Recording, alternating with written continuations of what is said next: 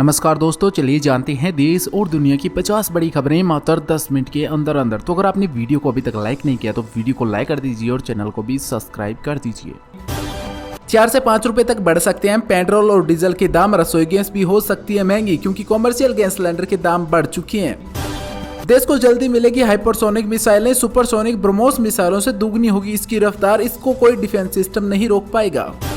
आज देश के कई हिस्सों में मोबाइल फोन पर अचानक अलर्ट आने से लोग घबरा गए हैं। आपको बता दें कि असल में ये सरकार की तरफ से किया जा रहा एक मॉक ड्रिल है, जिसमें आने वाले समय में कोई अगर आपदा आती है तो आपके मोबाइल फोन पर अलर्ट कर दिया जाएगा सरकार की तरफ से। तो उसके लिए ये मॉक ड्रिल किया गया। इस हफ्ते सोना और चांदी में रही गिरावट। चांदी की कीमत 3389 रुपए कम होकर 2,40,000 रुपए प्रति किलोग्राम हुआ, तो सोना भी 1216 रुपए सस्ता हुआ। अब टोल प्लाजा पर नहीं रुकेगी कोई भी गाड़ी। सूरत में देश का पहला बैरियर लेस टोलिंग सिस्टम हुआ लॉन्च। रियल टाइम में कट जाएगा पैसा। सिलेंडर के दाम बढ़ने पर मायावती बोली, चुनाव काल की तरह अब भी पेट्रोल और डीजल के दाम नियंत्रित करे सरकार, नहीं तो गरीब आदमी मारे जाएंगे। पश्चिम बंगाल के दक्षिण में 24 परगना के डायमंड हार्बर और मगरहाट पश्चिम विधानसभा सीटों के 15 मतदान केंद्रों पर हुए पुण्य मतदान। यहां पर ईवीएम से छेड़छाड़ के आरोप के बाद निर्वाचन आयोग ने इन मतदान केंद्रों पर दोबारा वोटिंग की। 15% तक महंगा हो सकता है होटल और रेस्टोरेंट का खाना। कॉमर्शियल एलपीजी की कीमतों में 3 बार में 1332 रुपए 50 पैसे की बढ़ोतरी हो चुकी है। सामने आया जबलपुर क्रूज हादसे का एक और वीडियो, जिसके अंदर पानी बढ़ता रहा और अंदर फंसे यात्री मदद के लिए चिल्ला रहे थे। दिल्ली के पेट्रोल पंपों पर अब से बदल गए हैं नियम। पीयूसी के बिना गाड़ी में नहीं डालेंगे पेट्रोल और डीजल। सरकार ने लिया सख्त फैसला। तो अगर आपकी गाड़ी का भी पीयूसी नहीं है तो जल्दी बनवा लीजिए। ताकतवर हो जाएंगे पाकिस्तान के F-16 फाइटर जेट्स। भारत के दुश्मन को $488 मिलियन की मदद दे रहा है अमेरिका।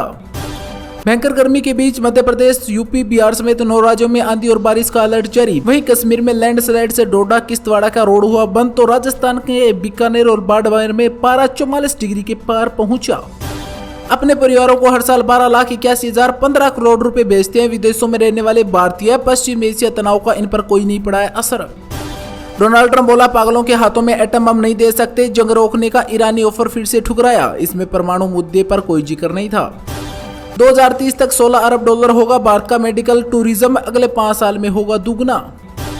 चुनाव आयोग के खिलाफ याचिका पर टीएमसी का सुप्रीम कोर्ट से झटका। केंद्रीय कर्मचारियों पर भरोसा करने को कहा कोर्ट ने। आपको बता दें कि चुनाव आयोग के खिलाफ तृणमूल कांग्रेस की याचिका पर सुप्रीम कोर्ट ने हस्तक्षेप करने से इनकार कर दिया है। बंगाल, असम, केरल, तमिलनाडु और पुडुचेरी में मतदान समाप्त होने के बाद एग्जिट पोल्स के नतीजे सामने आ रहे हैं और अब फाइनल रिजल्ट 4 मई को आएगा। तो सभी लाइव अपडेट्स जानने के लिए हमारे चैनल को अभी सब्सक्राइब कर लीजिए। एग्जिट पोल के नतीजों में अभिनेता विजय की पार्टी टीवीके को तमिलनाडु विधानसभा चुनाव 2026 में बड़ी बढ़त मिलती हुई दिखाई दे रही है, जिससे सत्ताधारी डीएमके भी हैरान है।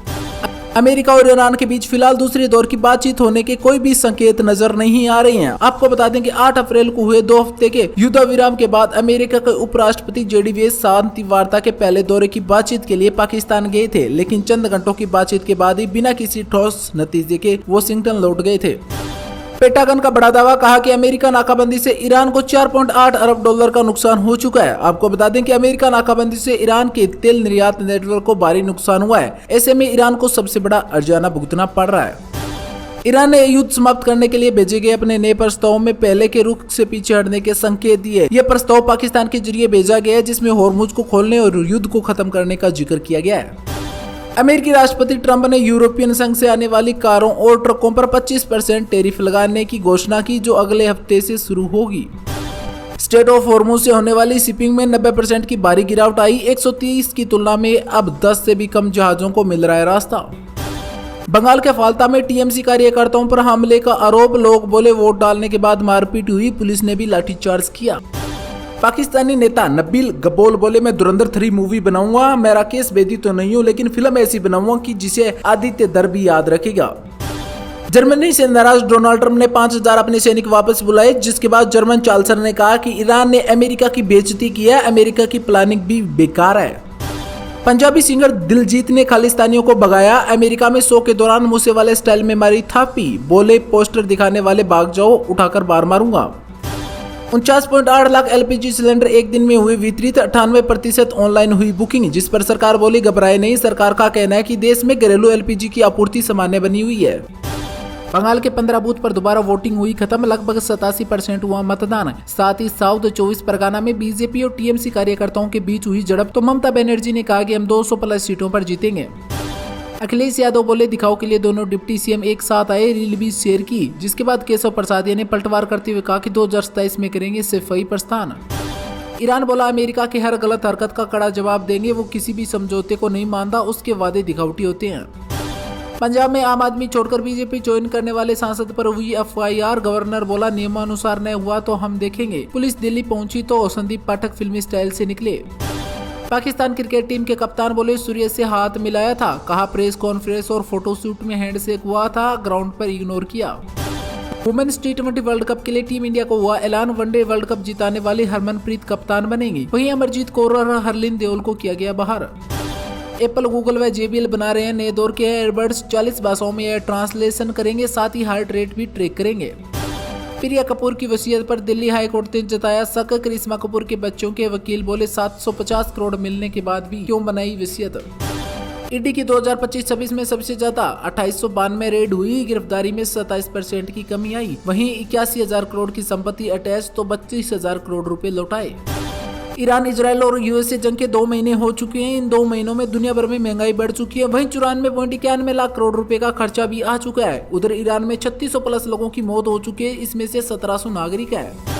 नासिक TCS केस की आरोपी निंदा को अग्रिम जमानत नहीं मिली। प्रोसिक्यूशन ने कोर्ट में कहा आरोप गंभीर है, कस्टडी में पूछताछ करना जरूरी है।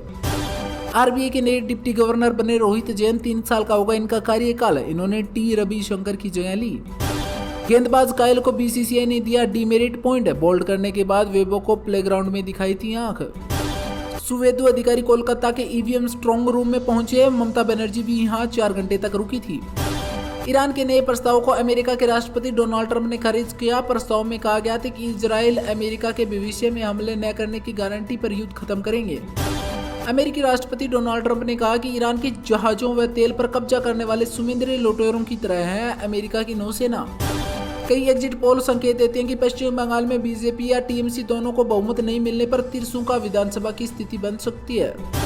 3 सप्ताहों की बढ़ोतरी के बाद ऊंधो-मुंह गिरा देश का विदेशी मुद्रा भंडार, 700 बिलियन के नीचे पहुंचा। हफ्ते में 4.82 बिलियन घटकर 698.49 बिलियन डॉलर पर पहुंच चुका है। मार्च में रिकॉर्ड स्तर छूने के बाद अप्रैल 2026 में यूपी ट्रांजैक्शन में गिरावट दर्ज की गई। NPCI के मुताबिक अप्रैल में ट्रांजैक्शन वैल्यू 1.7% घटकर 29.0 लाख करोड़ रुपए हो गई है। इंडिया पोस्ट पेमेंट बैंक ने महिलाओं के स्वयं सहायता समूह के लिए एक 0 बैलेंस बचत खाता शुरू किया है। इसके तहत खाते में न्यूनतम बैलेंस बनाए रखने की कोई झंझट नहीं है। जालंधर में लेडी ट्रेनर से अश्लील हरकत, कारोबारी ने जिम में पीछे से आकर बाहों में जकड़ा, आरोपी होटल मालिक हुआ गिरफ्तार।